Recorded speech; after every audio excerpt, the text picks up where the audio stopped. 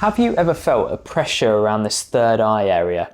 Sometimes it can be a tingling around this area as well. Sometimes it can be a tingling all around the top of the head, this kind of like halo effect that goes on around here. And I'm talking specifically now when you're doing things like meditation, when you're reading a spiritual book, maybe when you're thinking or contemplating spiritual topics and you'll suddenly become aware, I've got a tingling sensation here, or I've got a pressure here. It feels like someone's pushing, and it's not a headache, it's not unpleasant, but it's noticeable. Now, oftentimes people will jump to the conclusion that their third eye is opening up, and this isn't usually the case. So I'm going to explain to you today why this is. There are two main reasons as to why you'll have these different things going on, these different sensations. And you might be wondering, how the hell do you know? And that's a very fair comment.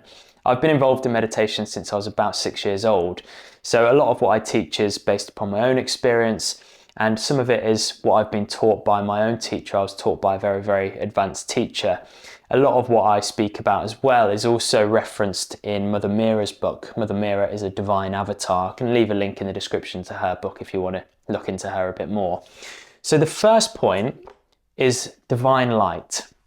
Now, this can be quite hard for me to articulate because it's impossible for a human being to comprehend what's going on this subtle level. But what's important to remember is that we're not the doers. We meditate, we show up, we have that aspiration to want to know more, but the divine also meets us there. And true meditation is that communion between the two of you. It's when the divine and you meet in this place of beyond the mind, really. And that is when this union takes place and this true form of meditation takes place, which deepens and deepens and deepens. Because we're showing aspiration, because we're treading the spiritual path, because we're meditating, and a lot of these effects, as I said at the start, are also felt outside of meditation, the divine is working on us at all times. The divine is giving us light, and the type of effects that we feel will depend sometimes on the type of light that we receive. So for example, some people will feel things like, or get things like headaches. Some people will feel a burning sensation, or they'll get extremely hot. Some people, as I mentioned, will feel this kind of tingling or just a presence. Sometimes it is just this sense of presence. That's not the full range of experiences, but these are the common ones that people will experience. And it's important to remember that the divine will give us the exact light that we need for whatever reason it is, whatever it is that we need to be, whatever they're helping us with, really, the divine is helping us with, we will receive the light that is appropriate for that. And sometimes the effects of that light will be felt differently. Sometimes, as I say, you may get headaches after you've been meditating quite a lot.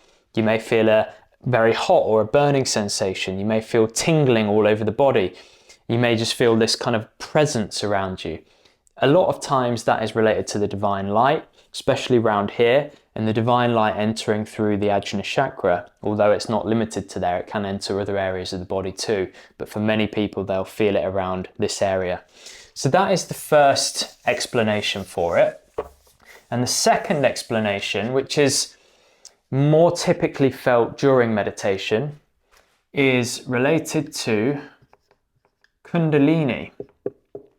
And I've spoken a little bit about this in a different way in other videos, but we have, as many of you I'm sure will know, I'll do another one up here, 7 chakras. This one is the crown chakra, sits above the head, up here, outside of the body. And this one is the third eye chakra, or the Ajna chakra. And at the very base chakra, the Muladhara chakra, Kundalini sits dormant. And Kundalini is a very, very powerful energy that sits dormant at the base chakra and will eventually be the energy that facilitates the opening one by one of these chakras. And these chakras really, and truthfully and simply, represent stepping stones to higher levels of consciousness. So as we evolve spiritually, we'll begin to work our way up these, and that will be experienced in an expansion of our consciousness. Now, this Kundalini energy is very, very powerful, and it's actually a spiraling energy. So it will eventually work its way up a central channel, and that central channel will be the highway for this powerful energy to rise and begin opening up these chakras. Now the turning point is within the third eye Ajna chakra. So oftentimes it will be felt there as a tingling sensation in that third eye area. But also people will experience things like spinning, or they can experience things like spinning. You may feel electricity, kind of little strands of electricity flowing through the body, jolts. So you may just find that you kind of jolt or twitch when you're meditating. They're all symptoms of Kundalini beginning to rise gently up through the chakras. Now, these aren't the only energies that we're drawing in and that are moving around us in a subtle way. There's obviously Qi as well, which has its own effects and symptoms.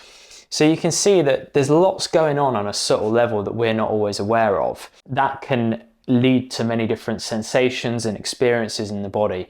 Generally speaking, if you're doing safe types of meditations, the types of meditations that I teach within my online school, you've not got anything to worry about. These are just a byproduct of the gentle kind of progression that you're having.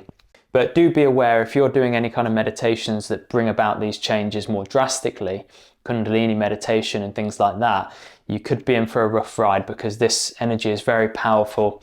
And it's a bit like climbing a mountain. As we get higher, the altitude gets thinner. And we want to make sure that we acclimatize very gradually. We want to go up and up very slowly. A mountaineer going up Everest doesn't run up there in a day, because their body wouldn't acclimatize to that altitude. In the same sense with meditation and spiritual work, it's much safer and better to do it nice and gradually, so that every part of you gets a chance to adapt. If you're interested in being part of a meditation and spiritual school, I'll leave a link in the description to my school. It's called the Inner Journey School. But failing that, I'll see you on the next video. Thanks a lot.